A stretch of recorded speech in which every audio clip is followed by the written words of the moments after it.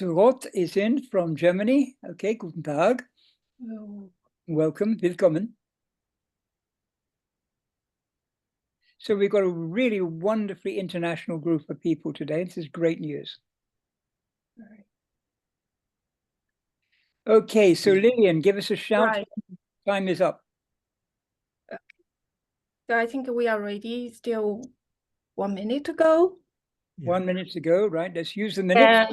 And I'm sure the excitement is building already. Okay, another person from Lithuania, Lichadia, welcome again. And from Cristiano Giraldo, welcome for coming today. Okay, from Italy. Andiamo a vedere, no? You polyglot. I Barry. know. I'm showing off again. Oh, bloody hell. Okay, off you go. It's 6 o'clock. I'm a great stickler. Yeah. We're online. Okay. Online. So can you get me in picture? Because I'm not sure if I am. Maybe I don't need to be. I don't know. All right. Did we? I'm sorry. Sorry, Barry. Yep. Yeah. Okay. We can officially start. I can officially start. Okay. Right. Well, all I can then say is hello, everybody. Welcome to the show. I'm Barry Tomalin, and I'm moderating today's session. And I'm actually delighted that we're going to be hearing from Dr. Luc Prodromou, who we've known each other for many, many years. We're both professional English language teachers and teacher trainers. And Luc, in addition, is also a successful prize-winning textbook writer, and also he has the, I was going to say the honor, but we have the honor of having him contribute to the ICC Journal with Vicky Sarantidou on our teaching tips. And today we're going to be treated to some wonderful ways of thinking about literature and its importance for today, especially in the work of William Shakespeare. And what Luc is going to be doing is actually building independently, completely independently, but building on the seminar that you may have seen with David Crystal and Benjamin Crystal way back in December. This is going to be a different approach, a different way of coming at it, but a very, very, very exciting, moving, and I think you'll find very involving operation. The title, as you can see, is Shakespeare, the bard, in other words, the poet, the playwright, in the age of AI, and this question of whether everything is going out of date. And what is proved by his work today, you'll see that he is very much part of our time. Okay, just two quick things to say. Obviously, this program will be on the ICC webinar list, so you'll be able to see it again. But also, if you want to see a longer version of the presentation, it is also on YouTube, and you can get the details and go on that as well from the ICC Languages site. Okay, so before we start on the presentation, which we have as a film, what I'd like to do is to say, welcome, Luc, lovely to see you. And would you like to say hello to these wonderful people who are here to listen to you? I would like to say hello, good evening, and welcome to we happy few, we band of brothers and sisters, to put it in a Shakespearean mode. And I think without further ado, and not much ado about nothing, I hope, let's launch the shortened version of this long presentation, because brevity, as Polonius says, is the soul of wit. So Yep. Let's be brief for today. But as Barry said, if you want the full 1 hour, 20 minutes of this epic Shakespearean presentation, you can find it on my YouTube channel and on the ICC YouTube channel. So thank you, Lillian. Over to you. Enjoy the ride.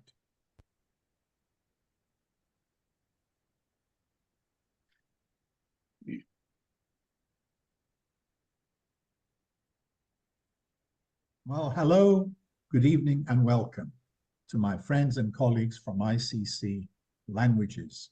Thank you for coming.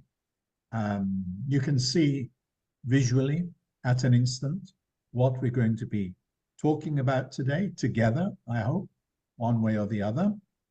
Shakespeare in the age of artificial intelligence. And this image we see here is one first example of an artificially generated image. And it's very clever, I must admit.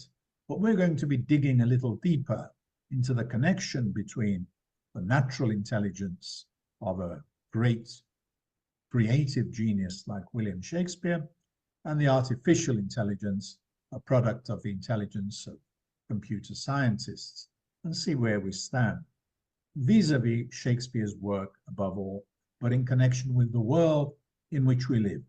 It's not only the age of AI. Sadly, it is also the age of wars which are raging, sadly, as I say, climate change, you name it. There are so many problems, an economic crisis, one after the other. So we're spoiled for choice. So what does Shakespeare have to tell us about all this? Well, let's first of all, before we go any further, go over to Shakespeare himself. Thanks to the magic of AI, we can actually interview the man himself and find out a little bit about him for those of you who very unlikely, I think, know nothing about him. So here is an exclusive interview with William Shakespeare of Stratford-upon-Avon. I've got the text there for you in case you need to follow the Elizabethan English. Off we go. ChatGPT, I'd like to practice my Shakespearean English. Can you talk to me as if you were Shakespeare in Shakespearean English? Would that be possible? Of course, kind sir or madam. I shall endeavour to converse with thee in the language of Shakespeare, as best as I can muster. Pray, speaketh thy queries, and I shall strive to respond in kind. Is it true you're thinking of building a theatre in London? Verily, 'tis true, the murmurs of the streets doth speak of such a grand venture. A theatre, a beacon of artistry, to be raised in the heart of London's bustling streets. 'Tis a dream woven with threads of passion and ambition, where players shall tread the boards and bring forth tales to delight the hearts of all who attend. So whispers the wind, carrying tidings of this noble endeavour far and wide. Well, there you go. Isn't that interesting? It's clever. I'm impressed in a way. On the other hand, one common question that comes up with AI is its reliability, its accuracy. And while being impressed by my friend Russell Stannard's use of AI, because our interviewer there was an expert in technology, Russell Stannard, you may know him. But knowing the Elizabethan English that I know, I can tell you right now that this is not really all that authentic. I would say it was more of a parody than an authentic example of Elizabethan English. And God knows whether Shakespeare would actually have said these things in this particular way. But it's an illustration of how AI can, let's say, entertain us and to some extent inform us. Now, my subtitle is Shakespeare, Our Contemporary ? Some of you who may have studied literature will have heard of a book published exactly 50 years ago now, called Shakespeare, Our Contemporary, by a Polish critic of Shakespeare. And this text has had a formative influence both on productions of Shakespeare, at the RSC, for example, and in generally the interpretation of Shakespeare on a critical level. So I'm asking the question Jan Kott answered 50 years ago, and he answered in the affirmative. And I've read the book recently, and it's very impressive. He really does make Shakespeare relate to the concerns not only of Western Europe, but the Eastern Europe of which he had direct experience of authoritarianism and so on. So that's the question we're asking. Is Shakespeare in this age of digital technology and wars and economic crisis, still our contemporary. We're comparing the two things, as I've called them, natural intelligence. I don't know if anybody else has come up with this coinage, but I mean by this an intelligence such as that of William Shakespeare, which we could call genius. If anybody was ever a genius, it's William Shakespeare. I may be biased, but I'm a Shakespeare freak, I confess.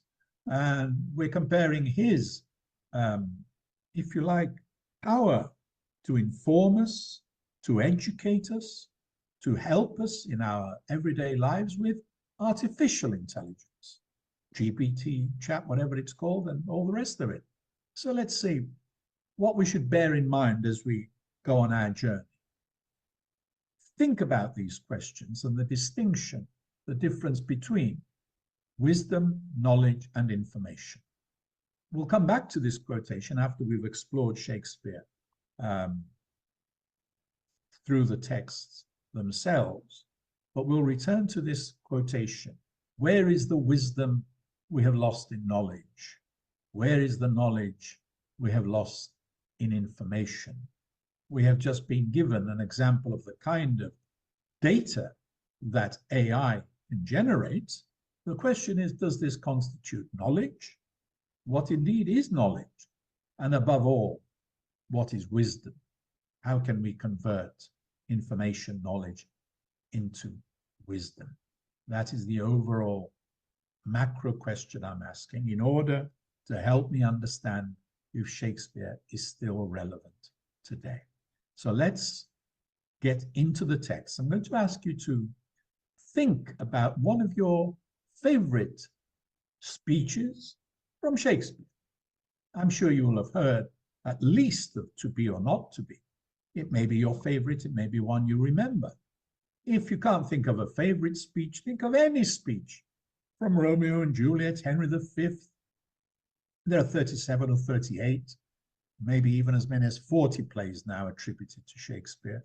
I'm going to show you my example of my favorite speech from the whole of Shakespeare's work in just 1 second. But I want to leave you time to interact at least cognitively on the level of thought, if not by using your chat box, with the topics I'm exploring. So are you thinking of a speech from Shakespeare? And are you thinking, is this still powerful, still relevant, still beautiful, or whatever criterion you evaluate Shakespeare with? Are you ready for my favorite speech? Can you guess which one it is? Well, it's this one from King Lear. For me, his greatest achievement, and therefore probably the greatest play ever written. But as I said, I'm biased. Don't pay any attention to it. I'm going to allow you to skim the text, scan the text while you listen, as there are little bits of vocabulary you may struggle with, but please don't worry. Let's look at the essence. What issues is King Lear, the play, Shakespeare raising in this speech from the play? Issues which may still be relevant today. Poor naked wretches, wheresoe'er you are, that bide the pelting of this pitiless storm, how shall your houseless heads and unfed sides, your looped and windowed raggedness, defend you from seasons such as these? Oh, I have ta'en too little care of this. Take physic, pomp. Expose thyself to feel what wretches feel, that thou mayst shake the superflux to them, and show the heavens more just. Let the superfluous and lust-dieted man that slaves your ordinance, that will not see because he does not feel your power quickly. So distribution should undo excess, and each man have enough. Well, well, well, what do you think of that? I've helped you a little bit by highlighting some of the topics which I think are still relevant today. What strikes us immediately is the first word, poor. And poverty, sadly, we know, on a global level and local level, is still with us. And it brings suffering, and that's why it's important. Homelessness is still with us, and that too brings suffering. We go on a little bit further down. I've highlighted the important bits in red for you. Take physic pomp. If you don't know what this means, it means, I suppose, it's addressed to the rich and the powerful who enjoy luxury, and is telling them to take some medicine to become aware of their privileges. Take physic pomp. Cure yourself, if you like. So he obviously thinks power, pomp, and luxury, privilege, need to cure themselves of some ailments. We'll see what they are. The next line helps us. He's comparing the rich and powerful with the wretched of the earth. Expose thyself to feel what wretches feel, the wretched of the earth. So that's the first part of a speech which shows us there are issues from Elizabethan times or Jacobean times which are still with us today. In the last two lines of this first extract, we see a hint of a possible solution to the problem in the interesting word superflux.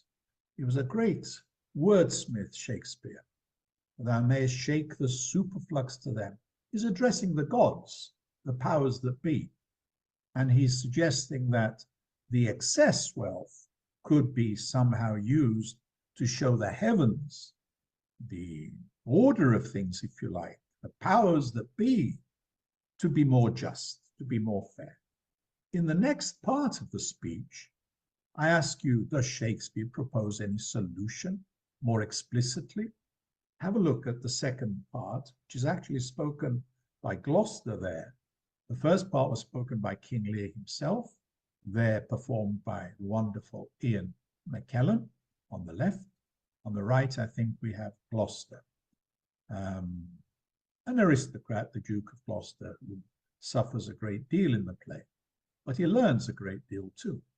And this is his speech. Let the superfluous and lust-dieted man that slaves your ordinance, that will not see because he does not feel your power quickly. And here is a possible solution suggested by Gloucester, not necessarily Shakespeare.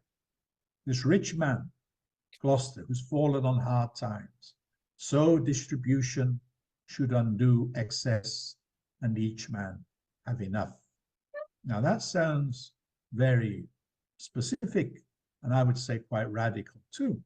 The word distribution clearly refers to distribution of wealth, to undo the abuse of excessive wealth, so we can all live a fairly reasonable, dignified life, so each man have enough.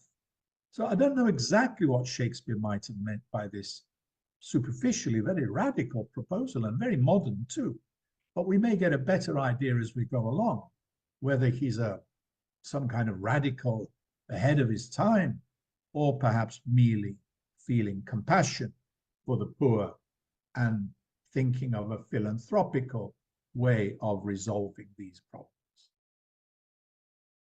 I want us to stand back a bit and think about Shakespeare as a whole. Those of you who know Shakespeare, most people, I guess, will have some inkling of what he wrote about. And I want us to consider the topics that he was most interested in and how we're going to do this. I'm going to ask you to think of what is probably the most common noun or nouns in Shakespeare's plays. Because these common nouns, for you English teachers or language teachers, it's an interesting exercise, because I'm asking you to predict in frequency terms which nouns come up most frequently in Shakespeare. And why is this important? Because it will give us an indication of the topics he's preoccupied with.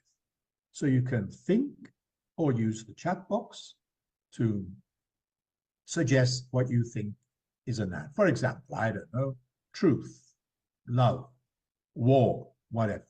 You see what I mean?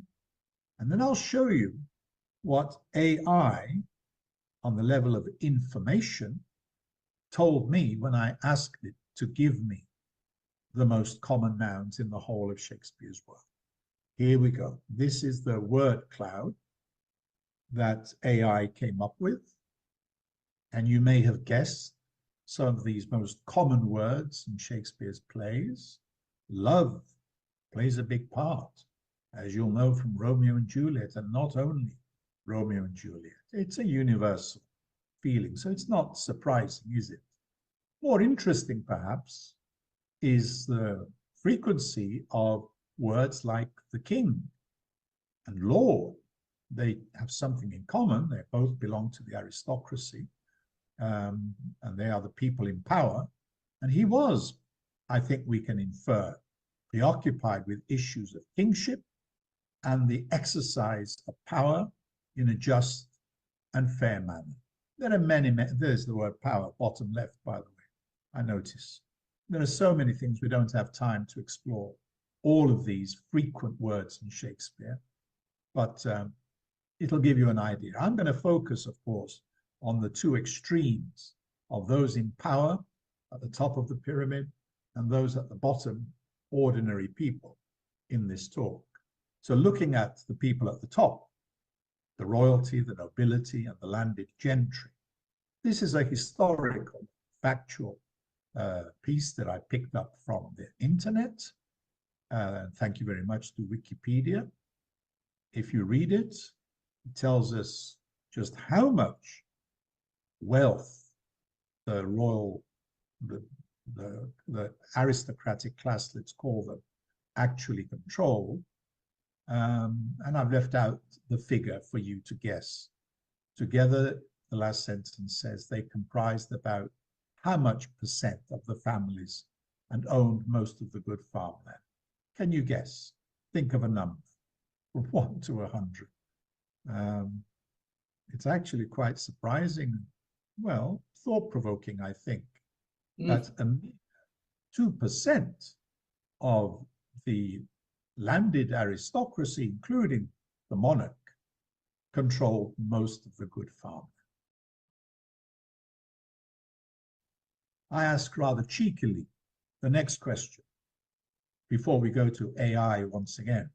What about the workers, the commoners, the multitude? Which adjectives do you think Shakespeare uses most frequently to describe the commoners, as they're called?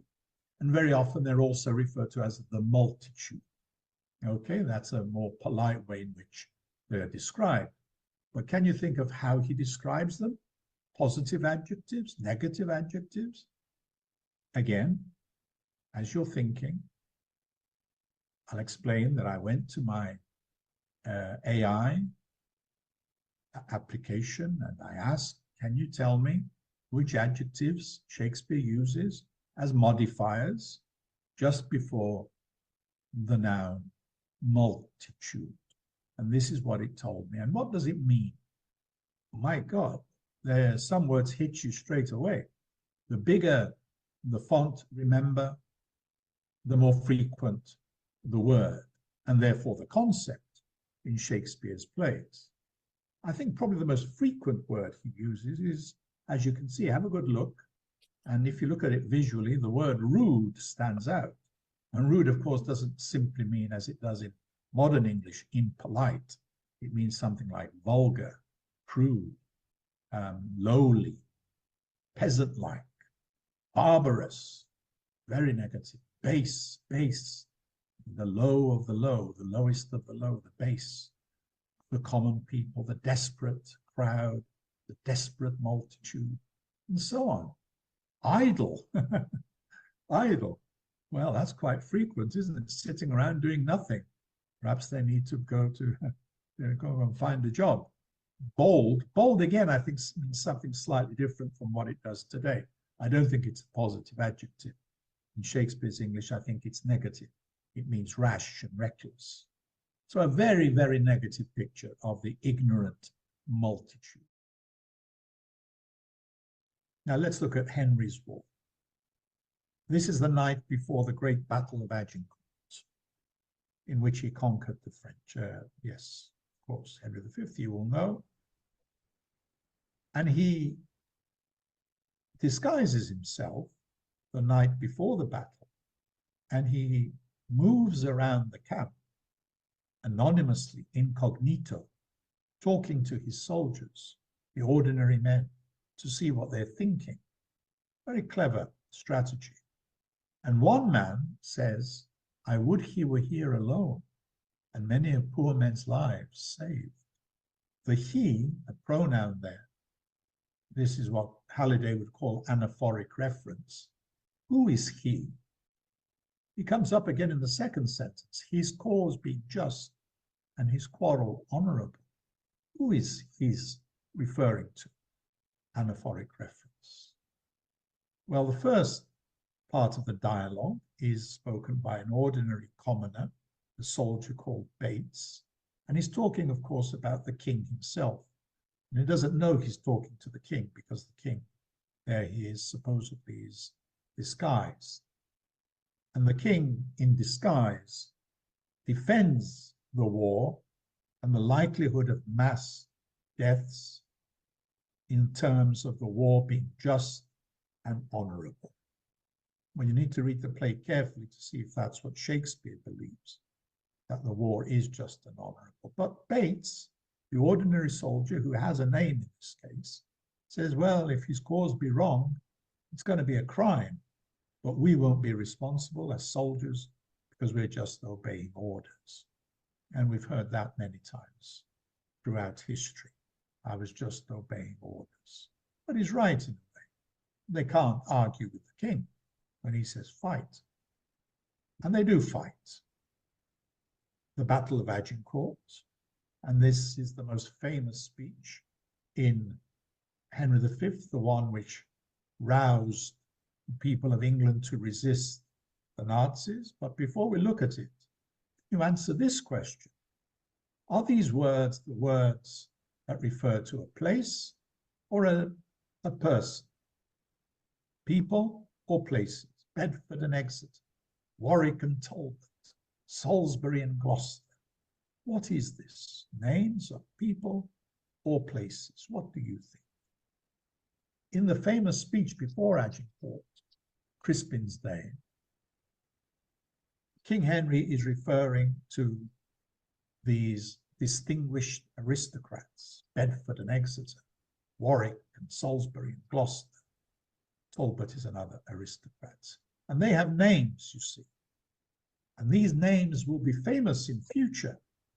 If you know this speech, when people talk about the great victory of Agincourt, these people's names will become legendary. Bedford and Exeter, Warwick and Talbot, Salisbury and Gloucester. Wonderful stuff. Stirring speech. This story shall the good man teach his son, and Crispin shall ne'er go by from this day to the ending of the world. But we, who are we? In it shall be remembered. Is we anaphoric reference again? Is it the people as a whole, soldiers or the aristocrats? He calls them we few, we happy few, we band of brothers. Well, perhaps the whole army of Henry was a small army. Therefore, the few, this famous phrase, this band of brothers, means the army as a whole. Indeed, when we look at the whole speech, we notice how Henry V includes both rich and poor, aristocrats and commoners. And in a stroke, he abolishes class distinctions. One word tells us that he will do away with the distinction between the poor, the downtrodden, and the rich and powerful. And the key verb here is this wonderful creation, gentle. This day shall gentle his condition. Let's look at the context. We few, we happy few, we band of brothers. For he today that sheds his blood with me shall be my brother. So he's not talking only about the aristocrats with their names, Bedford and Gloucester and so on. Be he ne'er so vile, vile means humble, a villager, a poor man, this day shall make them gentlemen, shall gentle his condition. It's a wonderful pun and a wonderful creation from an adjective into a verb. So that's the promise. You may die tomorrow at Agincourt, but your reward will be, you will be nominally considered to be equal. And this is my ending, and it's from Henry V, and it's what I call a hymn to peace, spoken by the Duke of Burgundy to the kings of France and England. And he's appealing for peace. And I'll just shut up and let you listen to this wonderful hymn to peace spoken by the Duke of Burgundy.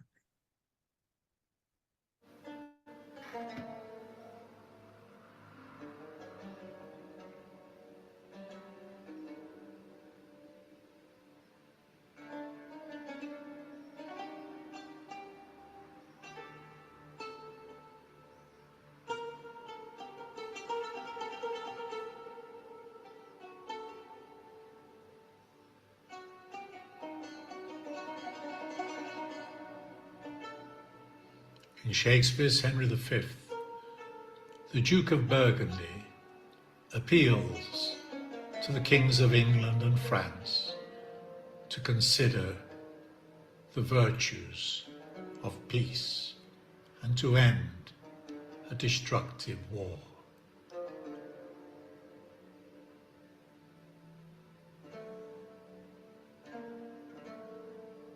I demand, before this royal view, what rub or what impediment there is, why that the naked, poor, and mangled peace, dear nurse of arts, plenties, and joyful births, should not in this best garden of the world, our fertile France, put up her lovely visage. Alas, she hath from France too long been chased, and all her husbandry doth lie on heaps, corrupting in its own fertility. And as our vineyards, fallows, meads, and hedges, defective in their natures, grow to wildness, even so our houses and ourselves and children have lost, or do not learn for want of time, the sciences that should become our country, but grow like savages, as soldiers will, that nothing do but meditate on blood. One of the finest My in the whole of Shakespeare.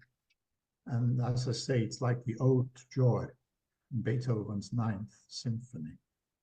The virtues of peace. I don't need to persuade you to think of the virtues of peace. It is difficult to achieve, it seems, however absurd. The disadvantages of war are, and Shakespeare does speak a lot, very eloquently, about the catastrophe of war. But sadly, these things are still with us as I speak. And I think he puts the case for peace very eloquently. The speech speaks for itself. So that's all I'll say about Shakespeare directly. I've said enough. Is he still relevant today? Well, I've summed up some of the issues which I hope have come up in this presentation, from poverty to hunger and famine, to even environmental destruction as a result of war, the futility of war, dictatorship, authoritarianism, populism, corruption, oh, much, much more. Sure, there are things you can think of that he talks about in these few examples I've given, because as I said, there are nearly 40 Shakespeare plays. I've looked at just 6 very briefly. Well, perhaps you thought not briefly enough. Perhaps I should have stopped earlier. So is he still relevant today? Well, one thing I admire about Shakespeare is that he gives you many points of view, as I've said, almost contradicting himself. Sometimes he's on one side, sometimes he's on the other. He gives the villains incredibly convincing speeches. Look at Richard III.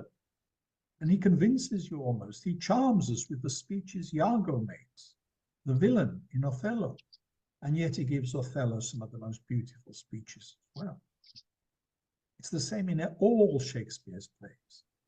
If people ask me why I worship in this side idolatry, as Ben Jonson said of Shakespeare, this is what I would say. He contains worlds. He's large. He contains multitudes, whether we mean people or diversity in general. This is Walt Whitman's own description of himself as a great poet. So I think it applies equally to the power of Shakespeare over all these centuries. And it seems to go from strength to strength. Although some people would like to ban the teaching of Shakespeare, and we can discuss this, or ban some of the plays he wrote.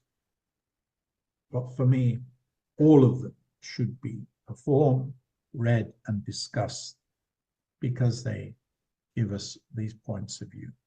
Now, he gives us things which I think artificial intelligence and technology in general cannot give us. I wonder if you agree. I'm not ungrateful for technology, but artificial intelligence can give us data, lots of information, which we can transform into knowledge. Natural intelligence is what we all have, and Shakespeare had in abundance, as I said. And reading his plays, though, you can't just read them for information. They're not history books. They encourage feeling and thinking and critical thinking. And that's why I would argue he has something unique in his natural genius or intelligence that artificial intelligence will never have. And even T.S. Eliot, many years before artificial intelligence, put it very well when he said, where is the wisdom we have lost in knowledge? And where is the knowledge we have lost in information? It's a simple extract from his poem, but it's rich in meaning. Information is one thing. We can get lots of it, infinite amounts from the internet and from AI. It only becomes knowledge when we know how to interpret the data, as I tried to interpret with you the nouns and the adjectives that the computer threw up from Shakespeare's work. That's when it becomes knowledge, when we can see its significance. All this information and knowledge only becomes wisdom if we can do what Shakespeare teaches us to do, to be human beings, to be full human beings with compassion, understanding, empathy, and other virtues which may involve more violent kind of behavior, as in the case of fighting Nazi Germany. But this is to do with wisdom, the profundity of our humanity when it's fully alive, fully active to what is good and bad, right and wrong, valuable and invaluable, not valuable, and so on. So to Henry V's somewhat elitist, we few, we happy few, I would reply, as this poet here on the right replied, ye are many, they are few. Now, can you spot the poet on the right? He's often quoted today. We few, we happy few. It's a wonderful speech, by the way, the speech before Agincourt. I love it. But this quotation adds something which this speech before the Battle of Agincourt does not contain: the potential for a more peaceful life, a more just life, more just society, people to share in the abundance that is there for the benefit of all. Ye are many, they are few, says Shelley in his poem. Rise like lions after slumber, in unvanquishable number. Shake your chains to earth, which in sleep had fallen on you. Ye are many, they are few. Coriolanus said there is a world elsewhere, and he went over to the enemy to continue fighting and covering himself in blood. And the victims of war and the citizens, we could say, potentially might reply, yes, there is a world elsewhere, but there is also the possibility of another world. Another world is possible. And this is a slogan we hear today. And I will end on that. And thank you for your patience. I hope you found it interesting and relevant, and above all, find Shakespeare interesting and relevant, in spite of any defects in my own interpretation and presentation. Thank you very much for the invitation. I hope we meet again. Enjoy your journey into Shakespeare. Thank you.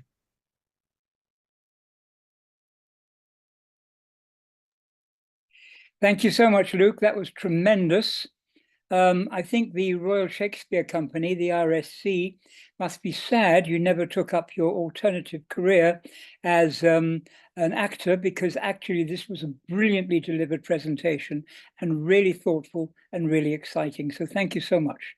But rather than just talk, let's just see what questions we might have. If people want to put a question in the chat, we can pick it up, or do raise hand. That would be another way. And I suppose I'm going to have to ask a first question very quickly, Luke, and it's one that's been raised before. What level of student using, say, the CEFR grading can we really hope to be able to introduce material of this substance and value into an English language program? Can it not be done before B2+, or have you found ways of bringing it in at lower levels? Well, Barry, thank you for the question. I'm assuming you don't mean simplifying texts and using them in the original.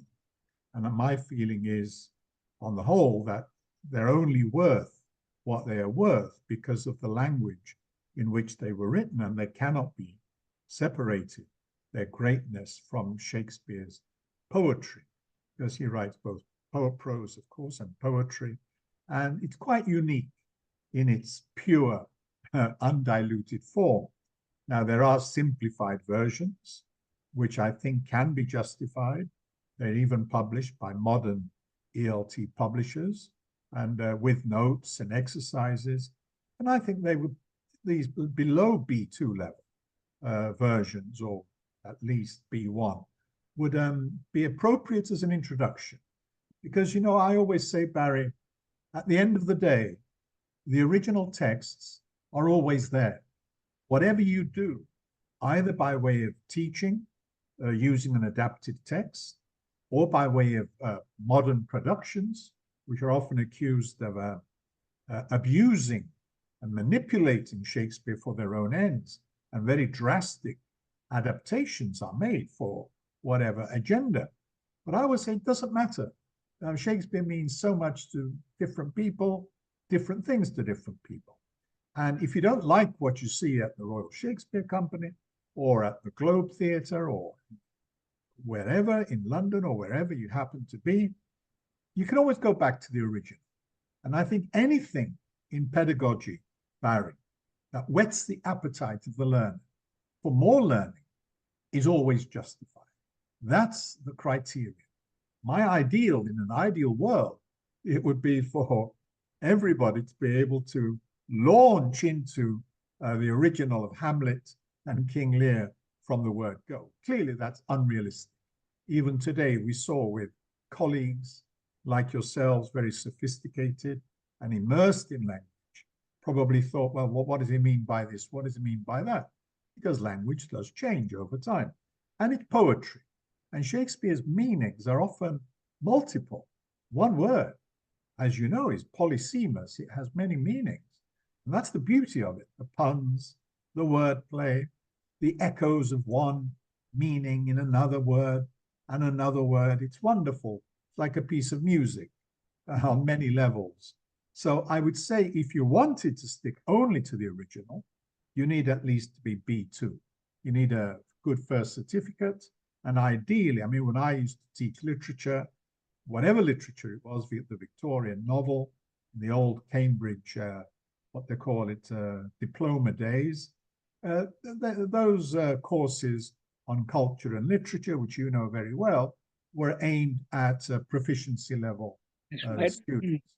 And it was easy, of course. You got the real thing, you got an intelligent response on a linguistic level and a cognitive level. But as I said, horses for courses. Depends what you want to do. And as I say, anything that whets the appetite and doesn't put kids off. What has happened in education, not in my generation. I remember fondly education in the 60s. I was in a secondary modern school, a school for failures. I failed my 11 plus, I confess, and I was introduced to Julius Caesar and then Macbeth at that school for the CSEs and so on.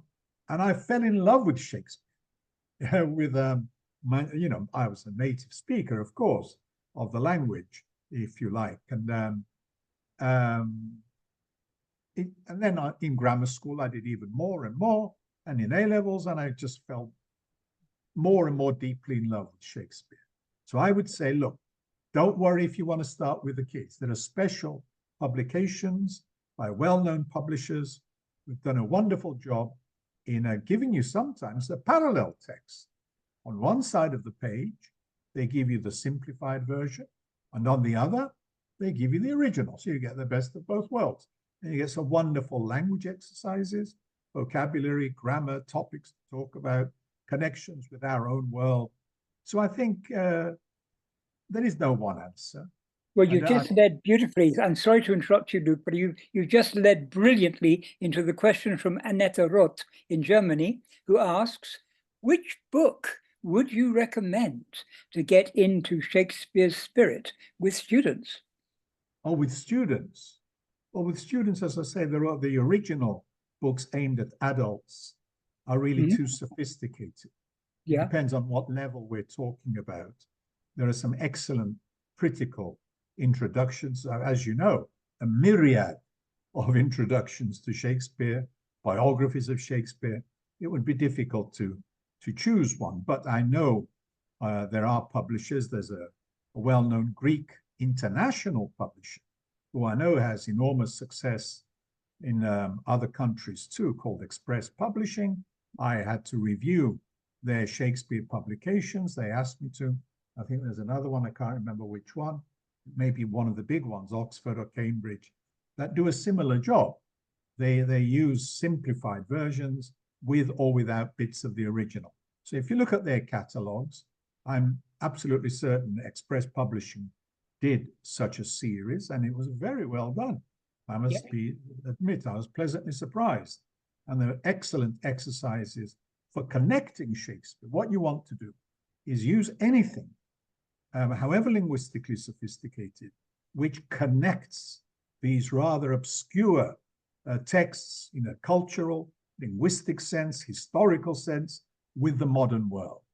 And that's the way to do it. And there are choices. I can't think of any others offhand. I'm a little bit out of touch, but I know they're available. Look in the publishers' catalogs, Shakespeare for Students, and you'll find simplified versions. I seem to remember that the Express Publishing one, if I'm not mistaken, is the one that has the parallel text on the other side of the page. So it's great to get the best of both worlds. So if you're put off by the original, then you can just look at on the left, like a kind of modern translation. And of course, Wiki What's-it and the internet, they have a whole lot of sites which give you both a modern translation and then next to it, the original. So again, technology comes to the rescue. publishers come to the rescue, I think you won't have difficulty finding it. Thank you. Okay, thank you for very the much. question. Well, let me ask you the AI disaster question. Very quickly and very simply, I want to study Henry V. I can't do it in English because my English is simply not good enough. Can I get a Greek translation which will do the job? Oh, there are Greek translations, as you know. Shakespeare has been translated into every language on earth. The Chinese have them. I mean, in Greek, there is a classic translation by what you call him, Vasilis Rotas. It's a bit quaint now, but it was a very good job at the time, and is still in use and still performed. Vasilis Rotas, I think his name was, a great scholar in his time. Since then, I've myself been involved in productions in Greek where the translation was a more recent one by a modern translator. So again, you can find different options. Every language has Shakespeare now because he's considered, I think, probably by general consensus, the world's greatest writer. I know that sounds a bit patriotic, but England did win the football match last night, so we can be a little bit patriotic. They weren't the better team necessarily, and Shakespeare is not necessarily better than Aeschylus or Goethe, but in my book, he's the greatest playwright. I can't think of anybody to compete with Shakespeare. So there you go. I hope that gives you a kind of answer. That really does. I noticed that somebody has come up, also Zafi Mandali, has come up with the reference to the ELT graphic novel by Heinle, published by Cengage Learning. Are you familiar with that at all? Thank you, thank you. I think I've come across it. Perhaps our colleague herself can chip in here. Actually, I have the my old book. friend. Yes, Zafi, you have the book. Great, there it Yeah, is. I mean, if you say they're graphic novel, which means that they are actually very well illustrated, I don't know if Luke would kind of agree. I mean, I could give them to Luke for him to assess, but it's something like out of the ordinary. And they seem to have quite a lot, and they also come with videos at the back and wow. CDs. And made into plays for kids to put up. And I've got Macbeth here, and I've got Henry here, and actually there are more. There you go. That fits the bill, really. If it's an accessible introduction in education, we always want to make things accessible. If a graphic novel does the job, then we use it. I mean, we've had, you know, history presented graphically over many, many, many years. And it's a great way for young people to discover the delights of knowledge. And hopefully that knowledge will become wisdom one day. But if you put them off with to be or not to be, that is the question, whether it is nobler in the mind to suffer the slings and arrows. Say, stop, stop, stop, this is painful. What are you talking about? The slings and arrows of outrageous fortune. What means outrageous? Well, let me explain what it means in this. It's just anything, you know, it'll put you off unless the teacher is gifted, as my teachers were. And I fell in love at first glance with Julius Caesar. But there you go. You can't rely on the teacher being incredibly gifted. And we were native speakers. Your question, Barry, and Zafi's contribution, I think, relates to people who are outside the language, and it applies to all poets. Our Greek poet Cavafi is wonderful in the original, but I always find he sounds quite flat when you read him in an English translation, and there are 7 or 8 of them to choose from. So there you go. So more questions. I'm surprised nobody said anything about, well, did Shakespeare really write Shakespeare? That's the question you usually get. I've heard that it wasn't Shakespeare from Stratford. I'm surprised nobody's chipped in with that question, but we don't need to go down that road now. Any other questions? Just one thing, which I think is useful. Well, I've got 2 questions, actually. Ellen Surunaki Peck has asked, being translated in Greek, the text would serve a different purpose, though it would no longer be to discover the wealth of English, in my view. Very good Oh, point. it's a bridge, What isn't you it? said. It could What do be you a think? bridge.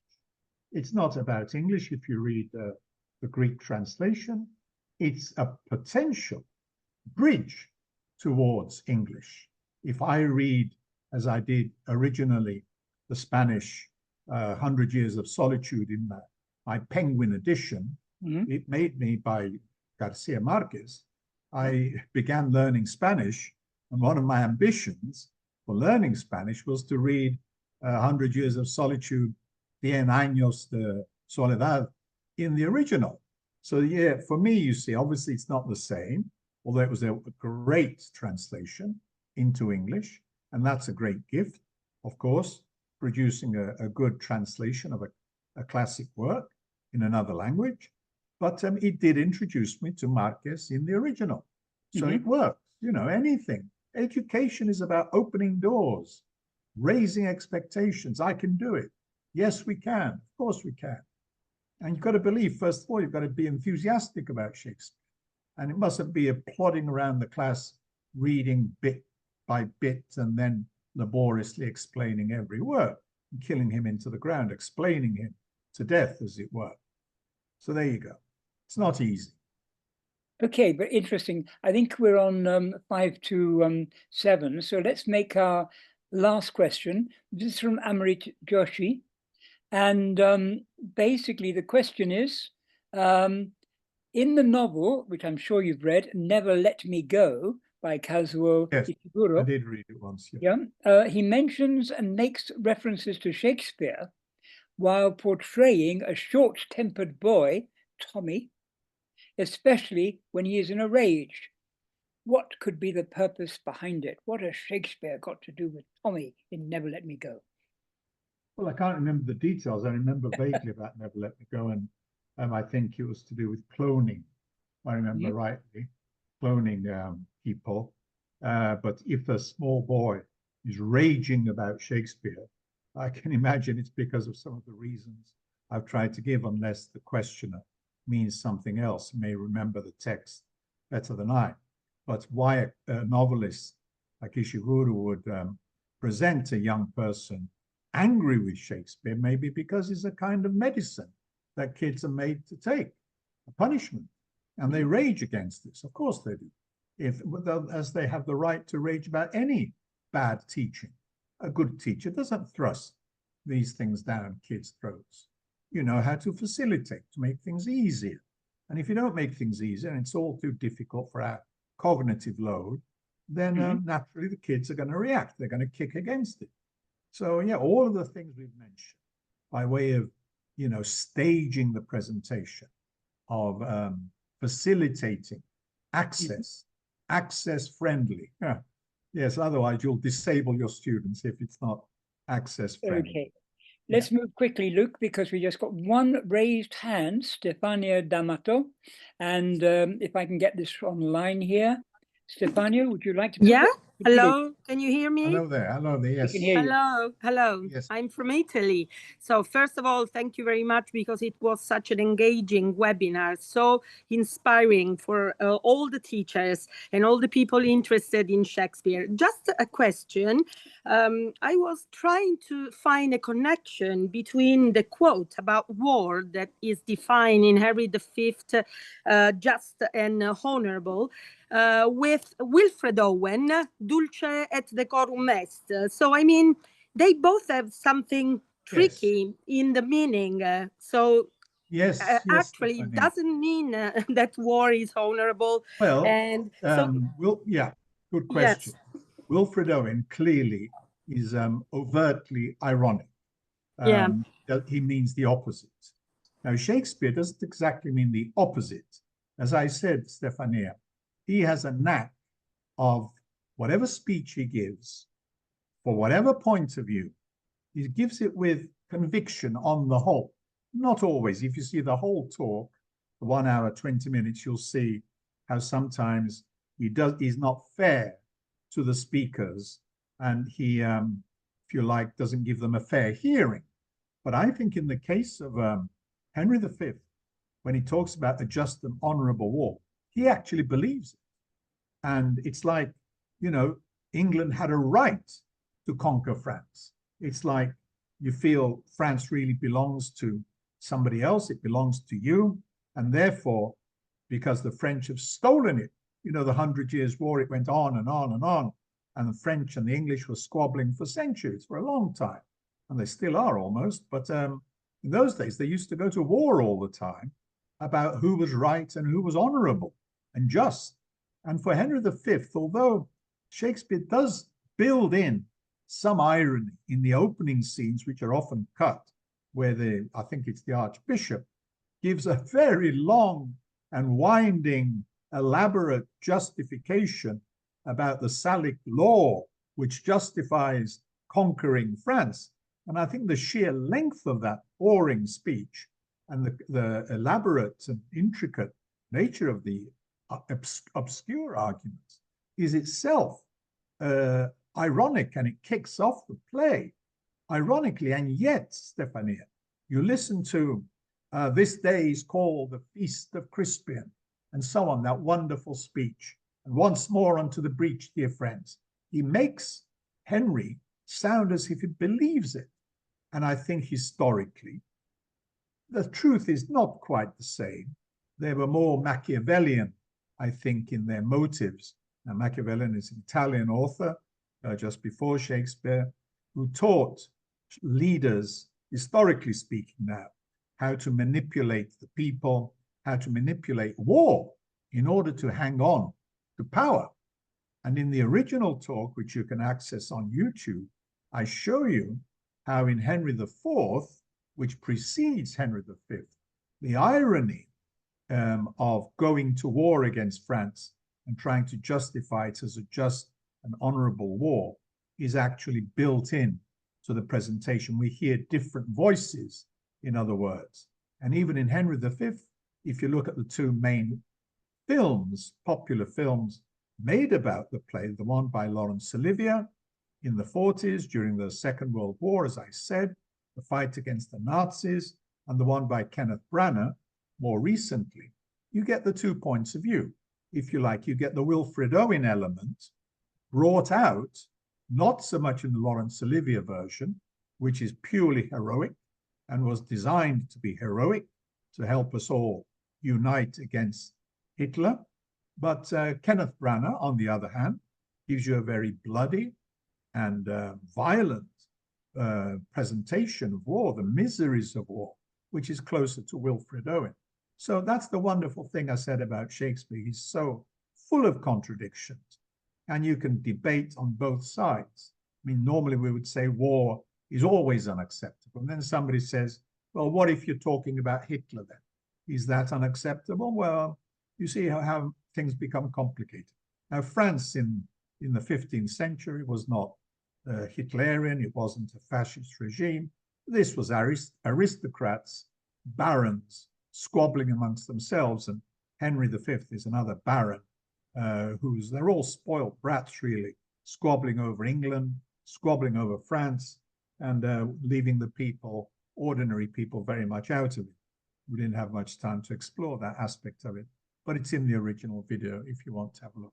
But I think your point is a very, very good one, Stefania, about the irony, and it's built into Henry V itself, as you shall see in many. Thank you very much. Thank you very much for your precious comment. So thank you. And Luke, thank you so much for your answers to the questions and for this absolutely inspiring, as people have put it, and wonderful presentation. If you have a second to run down the meeting chat, you'll see that everybody has left you immense compliments on the effectiveness of the presentation, its depth, and how well it has portrayed Shakespeare and shown his modern importance. So thank you very, very much for all that. If I may close with a very, very brief information. It's probably noticed the summer holidays are on us, so we don't have a presentation next month in August, because we think everybody's away. And what we're going to be doing is picking up again towards the end of September. And if you want to know more about what's going to be happening, we're going to summarize the webinars in our next ICC journal, which will be available in September. and including the one that Luke has just done. And I'll be checking with you, Luke, that it's okay as I do it. And also, if we go on in September, if you go on to the ICC languages website and go to webinars, you'll be able to follow what the next one is going to be, what it's about, and when it's going to be on. And also in September, ICC Uralta, our teacher training network, run by our chair, one of our chairs, together with Tanya, Miriam Callas, will actually make sure that we're starting again with a new module starting on 28th of September 2024. And once again, go on to icclanguages.eu and click on Uralta and all the details, how to get information of what's involved and how to join up if you want to. It's all there for you. Okay, and of course, if you're not a member of the ICC and you are receiving, what's the word, teaching, if I may, Luke, of the quality and value of people like Luke Prodromou, I really do feel you should consider becoming not just visitors, but part of us. And on the chat, you'll notice that Lillian has put up details of how you can get more information about the ICC and also about Uralta. Okay, I think that's it. Thank you very, very much. If you want a certificate of attendance, and a lot of people do, please get in touch with Lillian at ICC, and she's put up the details for how to contact ICC to get a certificate of attendance. Okay, anything else we need to add, Lillian, or are we okay? No, I think we're done. Yeah, okay. It was fantastic today. Yeah. Thank you, Luke. So thank you very, very Thank much. you, Lillian, today. for your patience. Lillian, thank you for your excellent You know work. what I mean. Yep. Thank you for your excellent work in making it work. Yasu, Luke, have a great evening. Yes. Thank you again so much. Galo, Brad. Galo. Buenas noches. Buenas tardes. Parakan. Okay. Goodbye, Good everyone. seeing you. Bye-bye. Bye. Thank you, everybody. Thank you.